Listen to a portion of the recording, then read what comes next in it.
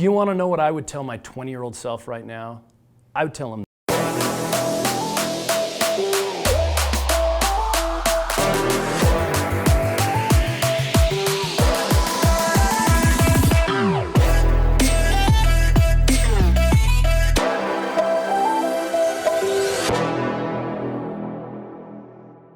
so I remember when I was like 20 years old thinking about people in their 30s. I had a brother-in-law that was like in his early to mid 30s, and people that were in their 40s, even my parents at the time, and 50s. And I remember thinking about those people as like really old. I just remember thinking, man, that's like, those people are old people. And now I'm 37 years old, and one thing that I know about myself is that I feel better now at 37 years old from a health perspective, a mindset perspective, and probably just an emotional, spiritual, confidence and security standpoint than I probably ever did in any part of my 20s or early 30s. And so I would tell my 20-year-old self that first off, 30s, 40s, 50s, it's not old. I got friends that are 40s, 50s, even 60s that are in better mental and physical condition than I am right now. They're skiing, they're heli skiing, you know, they're doing all these incredible like physical activities and conquering, you know, scaling Everest, that kind of stuff in their 40s and 50s. So first off, young kids, you will feel much better in your 30s and 40s than you think you will. So you can play the end game a little bit more.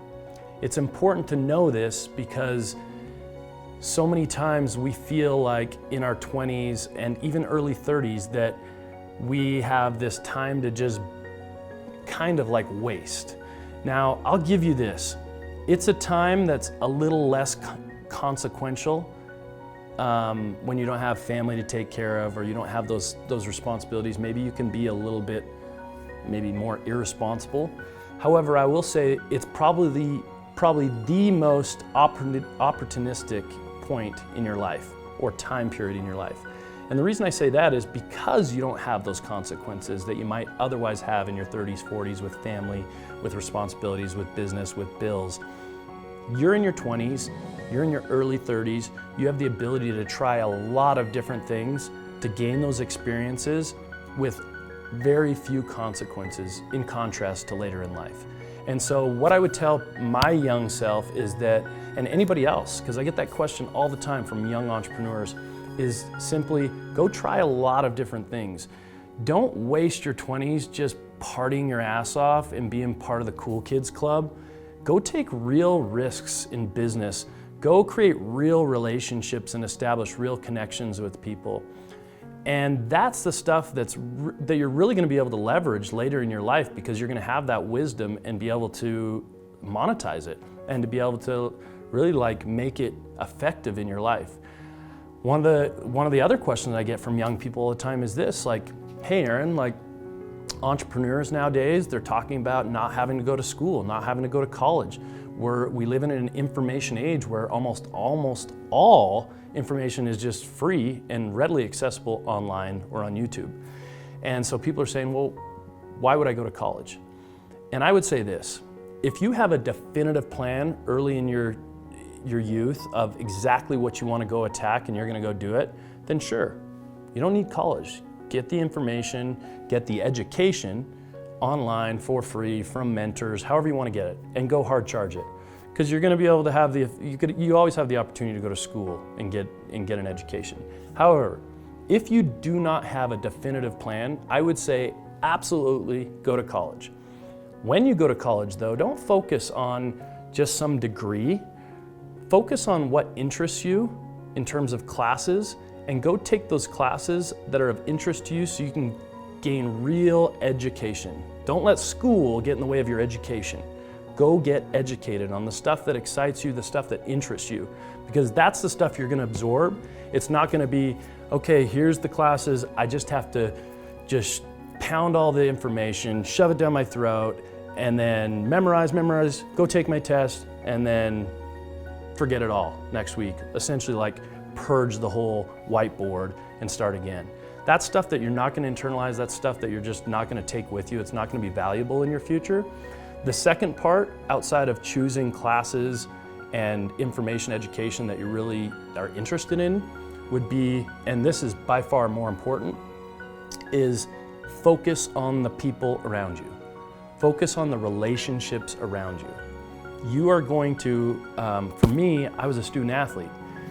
I had between 80 and 120 players on my team every year playing college football that we had a special fraternal bond.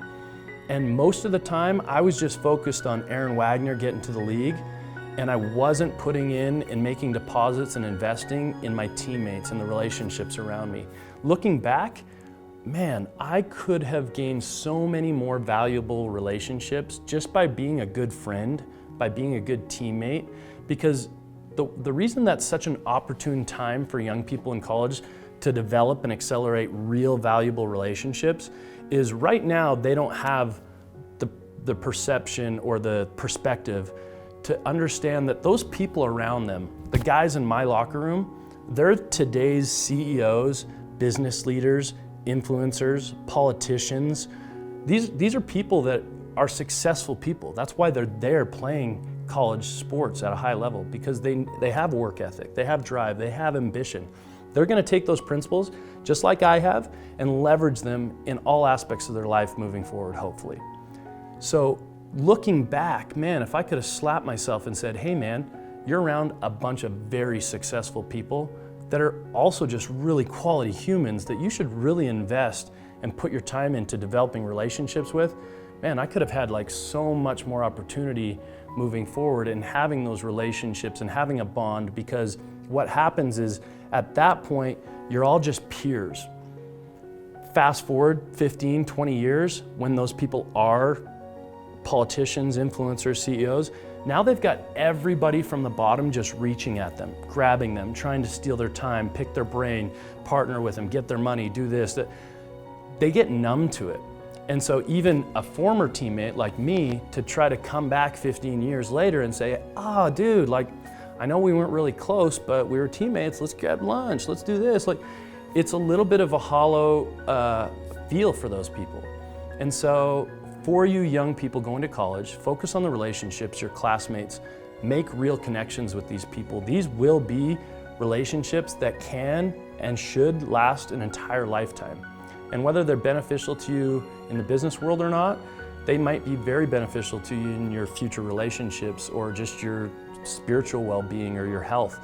And quite frankly, just having that love that comes from a very authentic place because they had nothing to gain from it, it means a lot. And it's a lot harder to do when you fast forward it into a successful point of your life. And so I would say, one, focus on your health. You're not gonna feel as shitty in your 30s, 40s, 50s as you think you will. Make sure you take care of your body. Two, if you're going to get an education, focus on the stuff that interests you. And three, really, really care about the relationships that are available to you and around you, and take those deep. Like, trade in the 10 dimes for 4 quarters, take those people deep, and develop something that's gonna be lasting, that's gonna mean something to you moving forward.